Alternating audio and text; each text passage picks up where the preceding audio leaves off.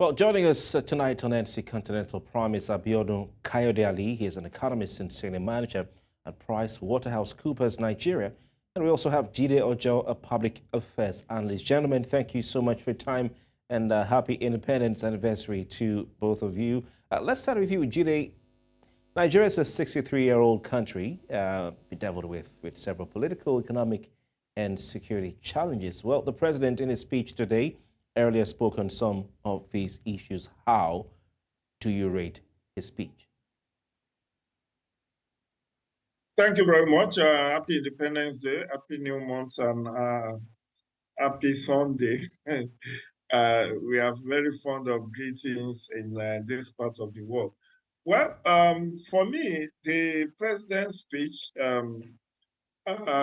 just took us memory lane, why we are here, what has happened over the period, why we should be thankful that we've had very successful back-to-back 7 general elections, and thereafter delved into the economic reforms, particularly aftermath of the removal of fresh subsidy, and then crowned his speech with issues talking to us about efforts to bring down the issue of insecurity while he lauded the judiciary and the National Assembly.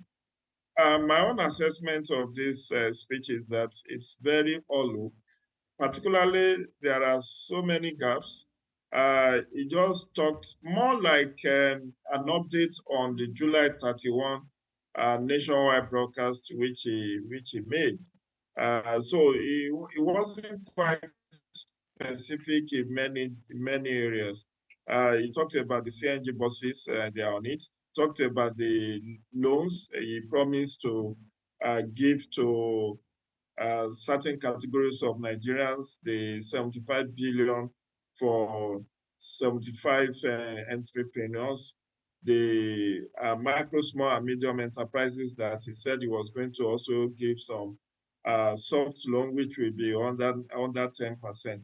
All of these were already mentioned in his July 31 speech. And one would have loved to know, where are we in all of those areas? When will the first batch of the CNG buses, when will it arrive? He talked about increasing the number of poor people that will receive conditional cash transfer. Talked about 15 million additional beneficiaries. How many do we have before? How many? So if we add 15 million to it, what will it come to? It's only this evening I'm hearing that specifically that it will be giving 25,000 naira to this category of people for 3 months, which means each person, which beneficiary will be getting 75,000 at the end of December. So 25,000 for 3 months. This specific was not there in the president's speech. But again, when he said he was going to give workers 25,000 wage award, he was talking to low level income earners. But as you said in your background, the chief of staff has come out to clarify that all treasury paid workers will benefit. So it's no longer low income or high income earners. But those specifics were supposed to be in the president's speech.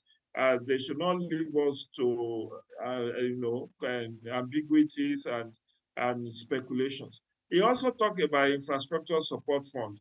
This he already mentioned in his July 31 speech, that he will be giving infrastructure support fund to the states. By now, which is clearly 2 months after that speech was made, we should have heard about exactly how much each state will get in terms of infrastructure support fund.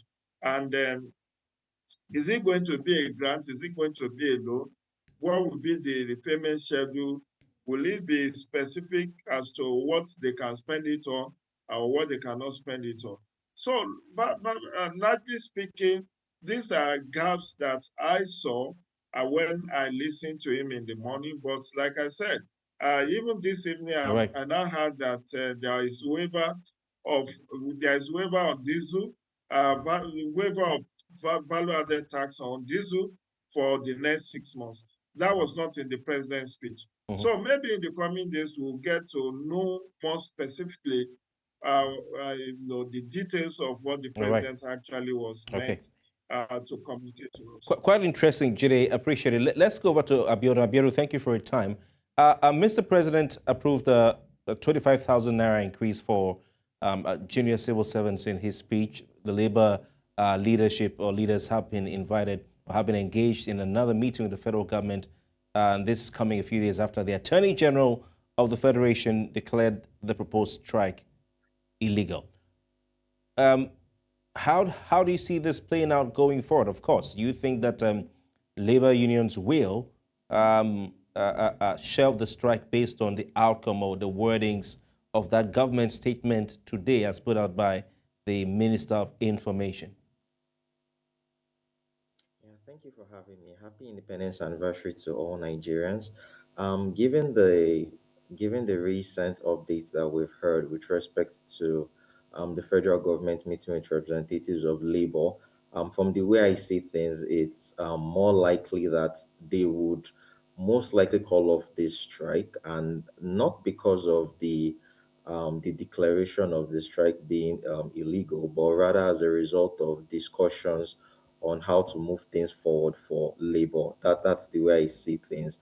With the recent increase and the clarification that has been made with respect to the 25,000 naira being available for all levels of staff for the federal civil servants, I think to a reasonable extent, I think labor can reason with this palliative, because it's more of a palliative.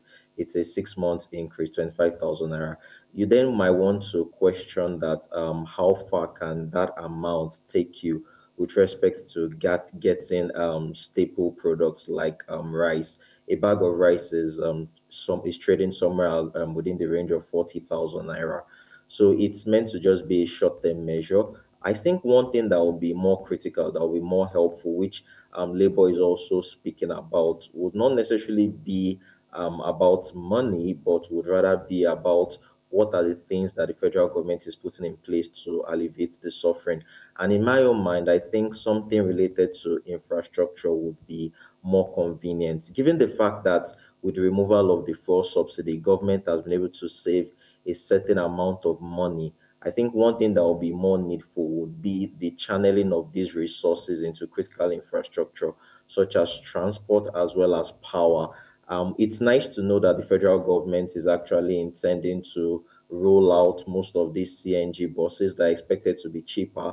But like the previous speaker, Mr. Jide, has said, when is this going to take place? And with respect to power as well, it's quite critical that the issue of power is resolved, because if you think about it, the removal of the fuel subsidy was never a problem in itself, as long as the basic needs for the PMS itself was met. When I say the basic needs, we're referring to things such as constant stable electricity, as well as efficient mass transit system. As long as all these are in place, there won't have been much concern with respect to the removal of subsidy. So I think Labour would want to call off the strike as a result of discussions with respect to government being able to alleviate the suffering of this 25,000 naira increment. But then again, might want to then take it to the state level. That's another issue for the states, right? If the federal government can pay it, does it mean the states can pay it? Don't forget that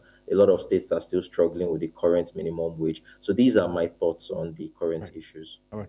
Interesting. Abiodun, the president said he's doing everything possible to alleviate the hardship, the Nigerians are going through at the moment through the removal of petrol subsidy, or with the removal of petrol subsidy. He wants to do everything possible to alleviate that hardship. Will you say, or would you say his government has done enough in that regard to enable Nigerians believe that that thing he said today, he meant it? Well, I think, to be quite honest with you, most of the problems that the current government, the current administration found themselves in, it's not something that they actually met it on ground. It's not something that happened during their time, even though you might say they belong to the same party, right? So, to a reasonable extent, I think the speech that was read by the president kind of shows affection, right? It kind of shows understanding of what Nigerians are going through. But I think in one critical area that a lot of Nigerians would fault the current administration would be ever since the announcement was made. The question is, they took so long, right? They took so long to with respect to coming up with these measures, right? A lot of planning was still ongoing, despite the fact that the subsidy had already been removed, right? So, and it would have been expected that the government already knew about all these hardship that people would be going through and would have taken measures to alleviate it earlier. But it's better late than never, right? I think that that's one thing we should all understand. And looking at some of the opinions of Nigerians, it's quite a relief to understand that some people do understand that it's just for a temporary it's for a temporary period, right? Over time things will get better. And a lot of analysts have said that early 2024, that's when they will begin to see most of the dividends of these measures that are being taken by government. So I think, like the previous speaker, Mr. Jide, has said, I think a lot more needs to be done with respect to communication, because if you don't get it right with respect to communication, a lot of things could go wrong, despite the fact that you have good intentions. All right. I want to thank both of you for your time. Expert analysis tonight on NC Continental Prime. Jide Ojo, Public Affairs Analyst, and of course, Abiodun Kayode Alli, who is an economist and senior manager at PricewaterhouseCoopers Nigeria. Gentlemen, thank you for your time. Thank you for having me. It's a pleasure.